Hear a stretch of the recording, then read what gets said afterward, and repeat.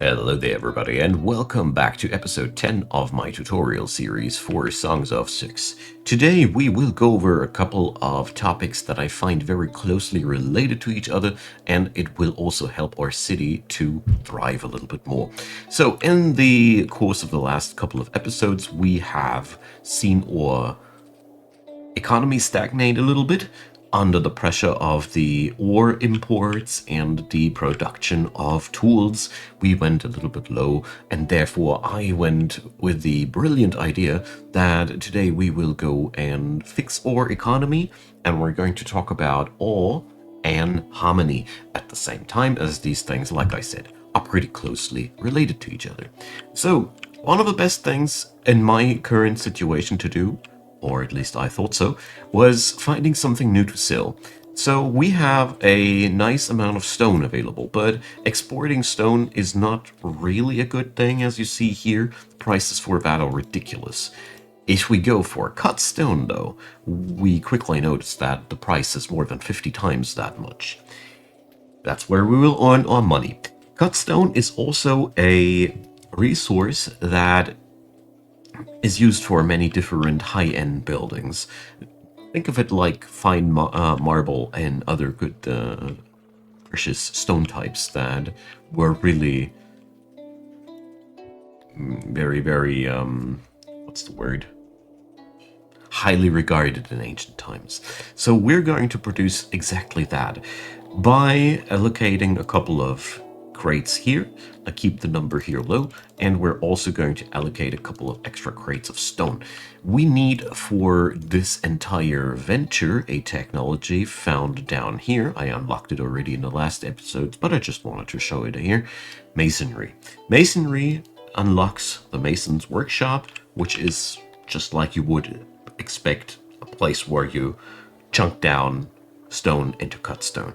You see here that you will need basically 4 pieces of stone to create 1 piece of cut stone. So we would have to see an investment of $4 to get out $50. So it ain't bad at all.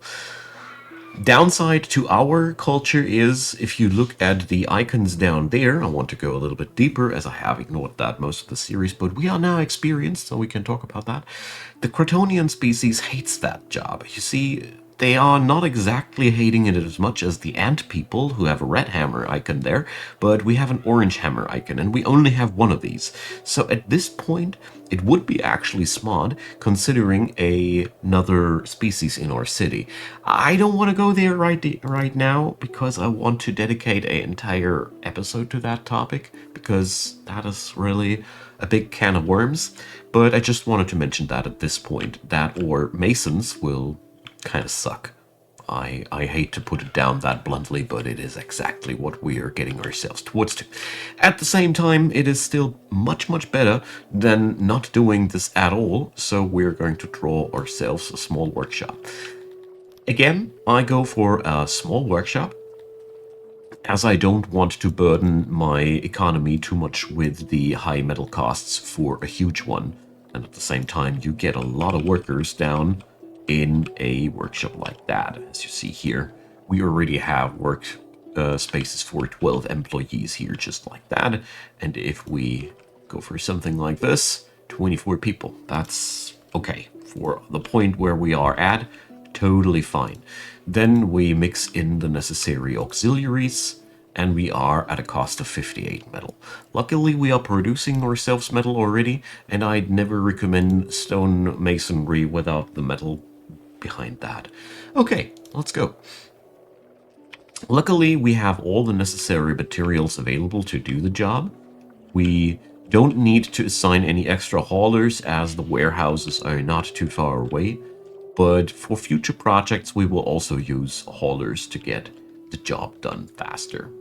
The wonderful part about what we're doing here is this is a very fast and easy way to fix up some money. I am always quite shocked about the value of cut stone. At the same time, to get ourselves a little bit of an extra penny into our pocket, I will export for a while, like the majority of my textiles. so I can get some denarii in until the cut stone industry is in full motion. We will then export the entirety of the cut stone, as we don't need it that badly right now. We will need it later, so we will adjust our export ratios then, but for starters, that's all we need. Alrighty, so I saw a highlighting of exposure one more time, but it disappeared real quickly. Like I said before, exposure is always a sign of something you need to do. Oh, we have our first insane person. Alrighty, so deranged people need, if I remember correctly, an asylum until that has been changed. There we go. So you need to research psychology to help these poor people, and since this is kind of a high-end technology, your first deranged in the city is usually going to be your deranged person in the city. They don't necessarily are horrible or anything. They are just around and they're good for nothing. That's it. It's nothing horrible or anything. They're just not providing any productivity, and they'll never get better. That's the other point. They I don't know if they have other drawbacks that I don't know about, but as far as I am informed, that's all you need to know about these guys. They're just not doing any harm or anything like that. So, as we see there, Stonecutter's Workshop constructed. Almost. There we go. So, we're going to not auto-employ here. I'm going to shove down 10 people into the workshop, get myself some of those juicy immigrants, and now we watch this kick into motion. As we see, there's currently nobody working in here, and boom, just like that, we get ourselves a daily income of roughly 120-ish denarii with that. As you see there, our species is, like I said, not really good at what they're doing here, and that's the real tragedy behind all of that. But it is still better than just sitting on the stone and not doing anything with it. So, exposure. What is the point here with you? Well, probably... I can't imagine that this hearth is really that far away from him, but, oh, he's sick. That's why he's exposed. I see. He's, ill with white shimmer. Okay. Hospitals, another day's topic. We are producing now a nice and squeaky amount of stone that will help our economy. Let's monitor things carefully while we're at it, and let's see how things will develop. We should see some nice money here quite soon from the sales here. Of course, nothing will get sold if you don't auto-employ people. Alright, I was already wondering why there was no money incoming. That's one thing. Always have an eye out on the employment when you want to export something. There must be somebody employed there. Very, very important. As we are currently not exactly on... It's not exactly a catastrophic situation here, but this is a tense situation where food clock is relatively low. We don't have any excess workers that we can just invest into something. Our economy is not thriving, so all in all, you should be careful with situations like these. But luckily, stuff like this will help us out tremendously. We're also going to, let's check back with our tool makers.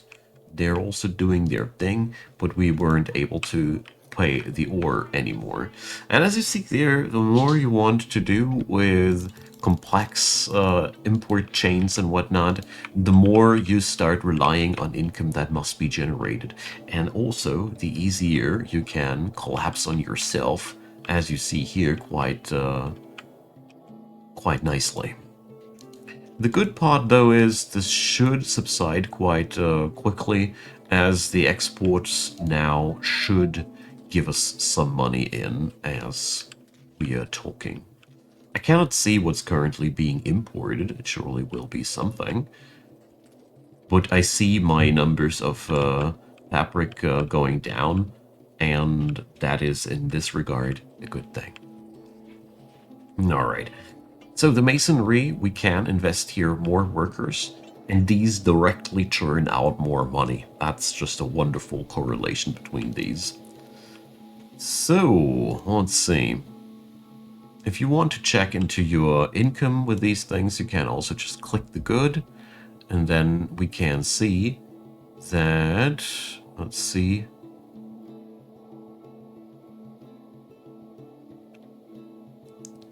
there should be a readout about where we sold them. Ah, here. So we had earnings of not too many denaries. Where did they all go? It might be that the money is still incoming. The beginning of trade routes are always a little bit wobbly. I always felt like the game's readout here is a little bit anti-intuitive, but well, things are getting better. Things are constantly getting better.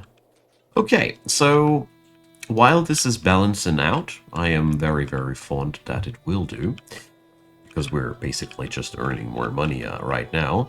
And another foolproof way to get our situation a little bit more stabilized is turning off certain industries. For example, we're just going to shut down the metal smelting now for a while.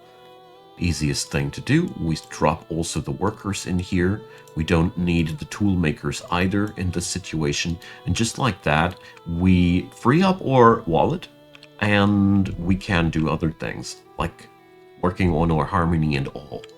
So for that regard, I will also turn down the export level now a little bit so we can gather a little bit of that cutstone. Now, let's head over to the fulfillment. So your Crotonians are a little bit of a interesting bunch. They don't care about all, but they care about harmony. So all is important for pretty much all other species, with some exceptions. These guys care about dread. And most species, they prefer all over harmony, and there's actually not too many people that actually care about harmony. Crotonians do, though, and there is a simple way to fix that up, and you can go here into the construction menu, decorations. So here we can create decorative trees, and these exude harmony. You can also make them darn huge, like this one. So we're going to go and plant some huge decoration trees here. This is also a nice way of making your city more atmospheric. You can do a lot of nice things there. We also can set up flower beds that are also bringing up harmony. So maybe we do something like that. The benches are decoration, and the torches spread light. This is another thing. Well, we are going to add that in, as it is very fitting. You see, there I have something I didn't notice in the first place, but it's going to be good. So we have here lighting as another basic need that a lot of people care about. And like I said, as the last thing, all. We can, with a Cretonian city, ignore all as they don't care about it. If you are no Cretonian, you need to research technologies that get you there. I just noticed that we can safely export that stuff completely. And you will need a tech for that to get yourself the ability to build these things, and that is here, sculpting. It is relatively costly, but it is also very, very powerful, as this is a tech that is allowing you to just slam out buildings that make people happier by just being around there. That is a really, really big benefit. So let's see what happens now as our exports for fabric went up like crazy. I really hope, yeah, we have earnings of 5,700 denarii there. And we have earnings of 127 denarii there, so trade is slowly kicking into gear. But since we are no longer importing things that we cannot eat, we should be back on a good path soon enough. We are importing still coal, but the coal is something that is really, really cheap, and it doesn't matter too much. And as you see here, trees. And as you see there, environmental happiness goes up already. We also see, for some reason, huge spike up in the taverns. I guess people are being served drinks again. That also is very, very good for the general happiness of people. So, spreading out in your city areas that have a high amount of harmony is something that I strongly recommend, as this is such a cheap way of making your subjects happier. It is all about spreading this whole stuff, though, so it is best served where a lot of people pass by, because I think this is how they determine the fulfillment of these needs. So don't putting the trees somewhere where nobody is at won't do you anything. Putting them down right next to important service buildings has a much higher effect, just as a rule of thumb. So, in a nutshell, put it down where you see a lot of people scuttling around, and usually you won't do too much bad about it. Here it is the same as with many other things.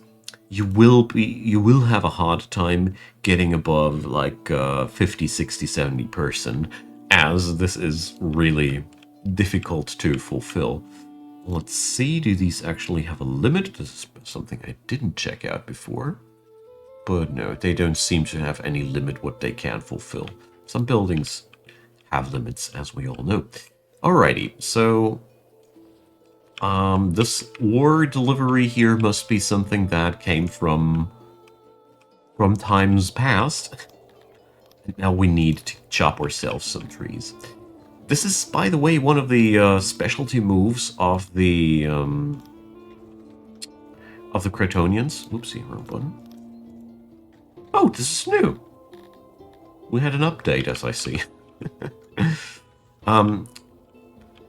That you can go for harmony instead of all, which is a much, much cheaper way. But there's another thing that I wanted to highlight here as well, and that's lighting. As you see here, lighting is a basic need for pretty much almost everybody.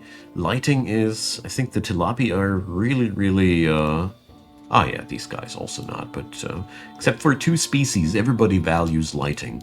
So this is another super sweet way of just adding in a bit of material into your city and reaping the rewards. The downside about lighting is, as you see there, metal. You cannot create lighting without metal. So since we currently froze our metal industry, as I want to avert the crisis in food that is on the horizon, we will take a break here and take it slow for a couple of days until our economy is back into has swung back into motion. This is a little bit difficult in the early phases of the game, true, but you can mitigate it by various means. You can also build yourself your own ore mine, or your own stone mine in that regard. That's what we are going to do very soon, but not quite yet.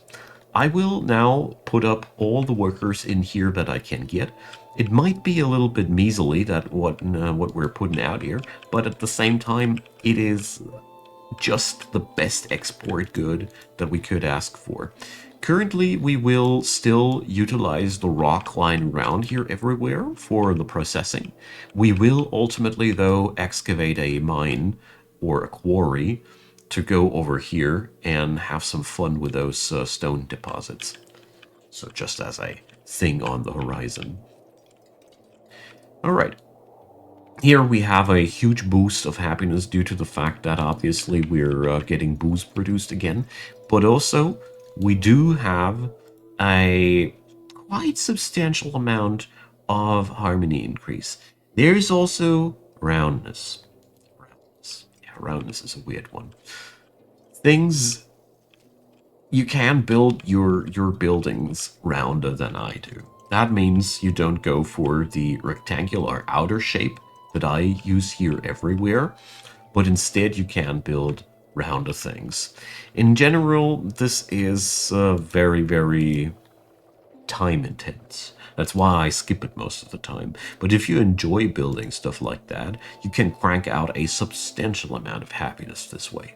It is one thing that I personally deem a little bit annoying to deal with, but it is what it is.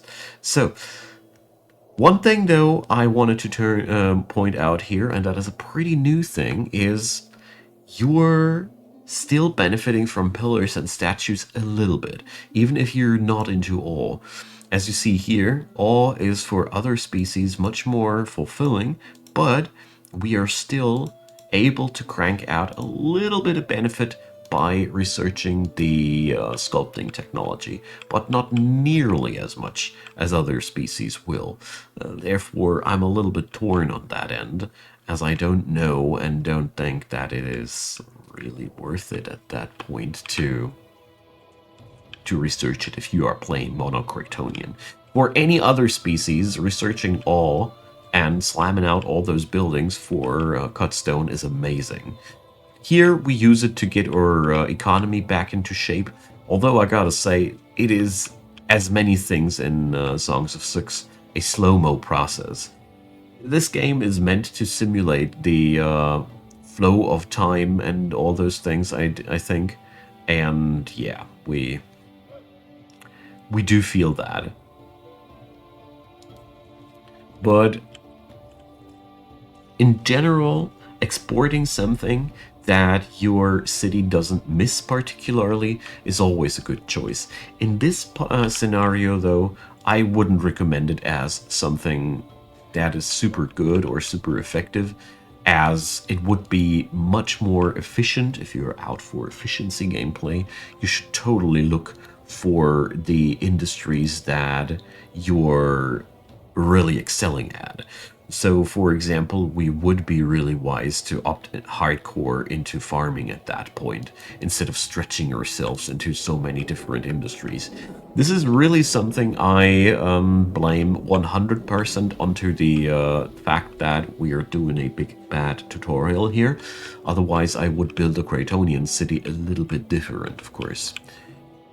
That's just as a side note. If you are a more experienced player, you might have already noticed that some of my choices here are a tad bit suboptimal. But yeah, that's just my thought process behind that. So we're going to go into super fast mode, and let's fast forward a little bit and see how these things develop.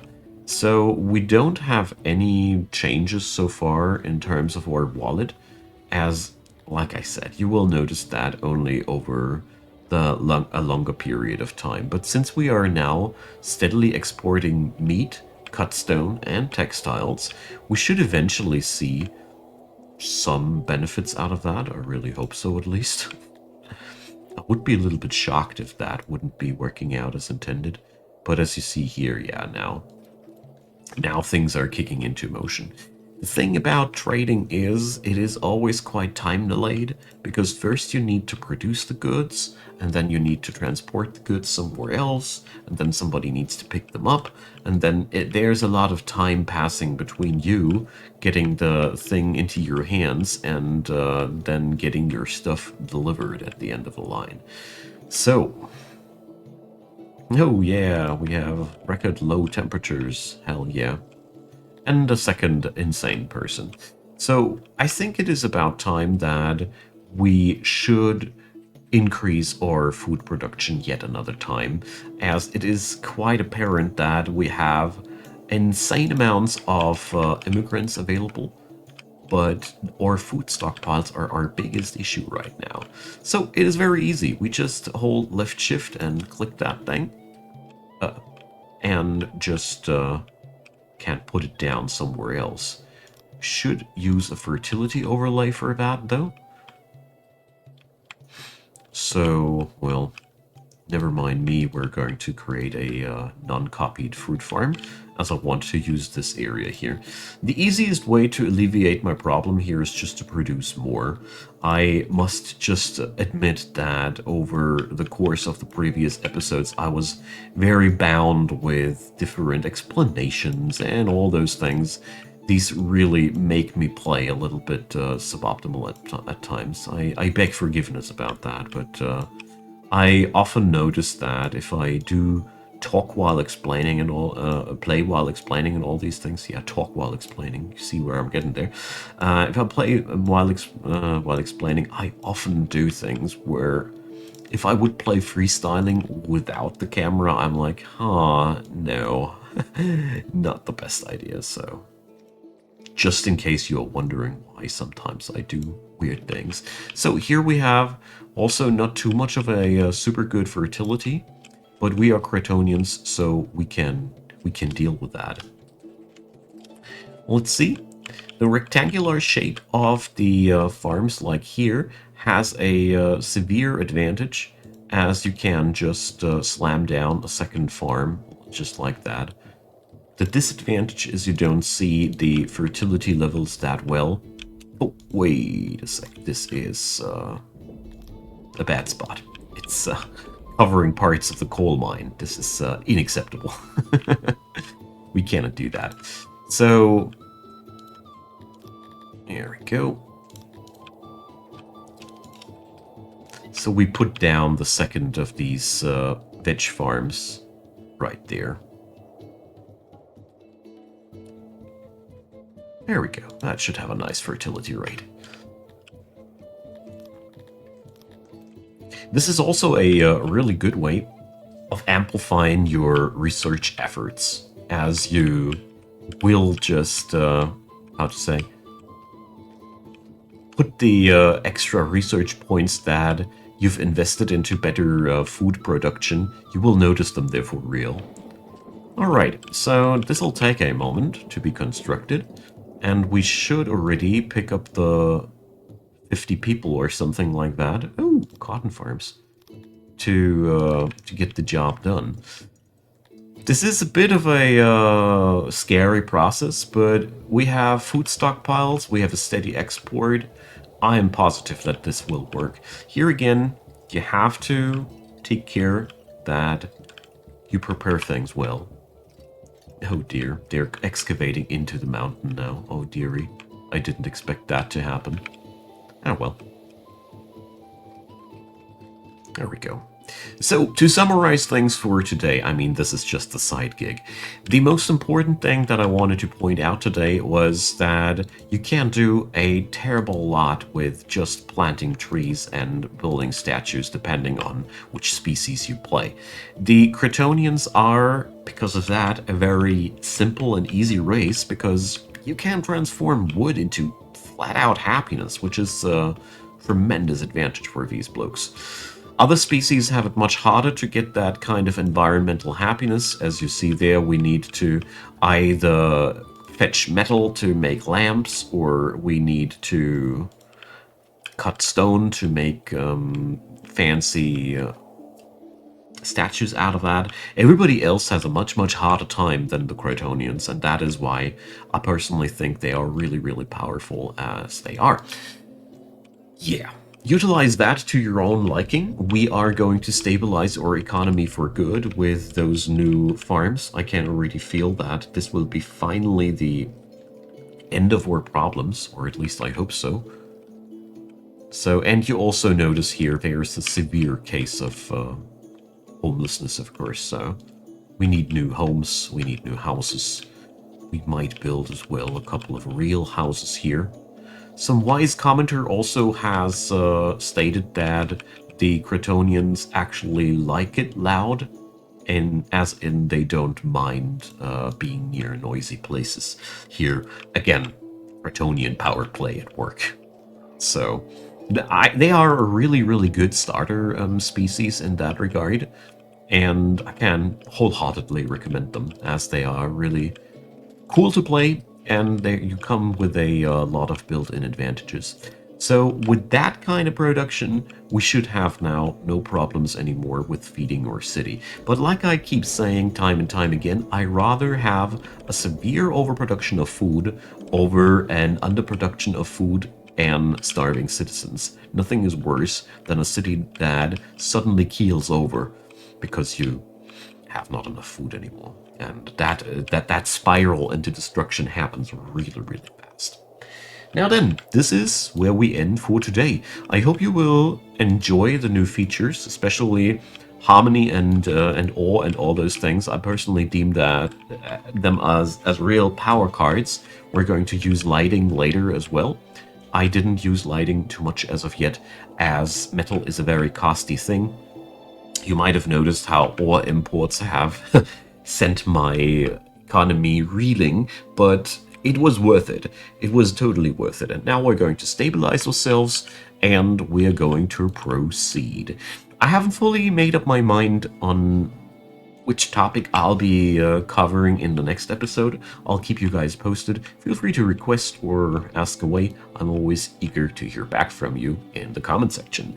I'm always happy if you leave a thumbs up for the algorithm, and of course consider subscribing if you haven't done so already. I'd be delighted to have you folks. There is also in the description box a playlist link to the entirety of the series, and there's also links to Patreon, PayPal, and Buy Me a Coffee. I'd be really happy if you'd give them a look, as these are the very best ways and means to support the channel. If you'd be so kind, I'd be more than happy about that. Either way, I want to say another time thanks to everybody supporting the channel. You guys are truly, truly amazing, and I hope that you have a good time. And a big, big thanks to everybody else just watching these videos, as without you, they would be entirely worthless. So, have a good one. See you all next time. I'll be building a nice little warehouse for the fields, for the fruits of these fields, and we'll catch back on the next episode. See you there, and have a wonderful day.